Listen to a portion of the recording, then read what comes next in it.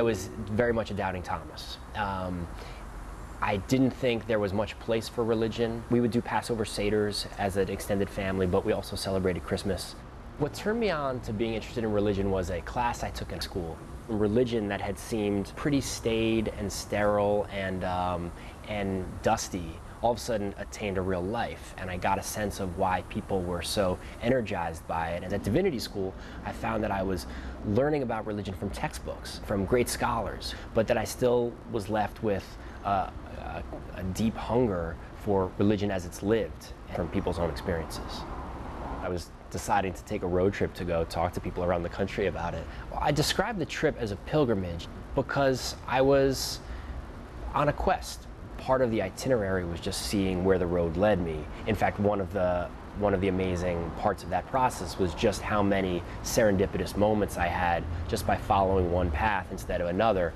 One of my first stops on the trip was in Dayton, Ohio. I decided I was just going to get off that interstate and take an exit and just see where that led me. I saw Halal Market, which is a market that was run and basically patronized by Muslims, and the man who ran it was a young 25-year-old Iraqi refugee named Haider al-Masawi, and I spent a couple hours with him there that afternoon.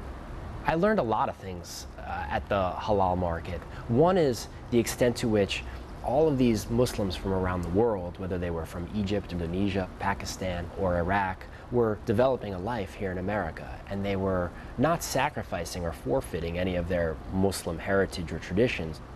Another serendipitous moment was in San Francisco.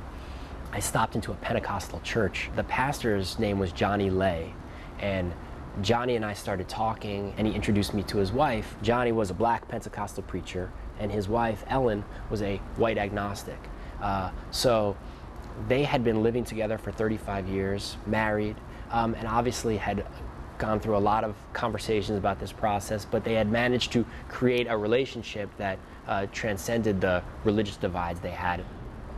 One of the things I realized most during my travels was just how much people are experimenting with new religious practices and borrowing something from here and incorporating it into their own practice. So what you have is a lot of hybrids that are either new religious traditions springing up, or people are just inventing their own. I had the thought that this would make an interesting book. So the book, which is called All That's Holy, A Young Guy, an Old Car, and the Search for God in America, that's really a religious coming-of-age story.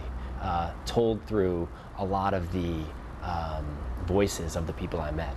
I think I knew it was time to wrap it up and that the pilgrimage, or at least this phase of the pilgrimage, was over, because I realized that, for me at least, Judaism was my home. And I decided that instead of flitting around the margins of a lot of different religious communities, I would become an active and stable member of one.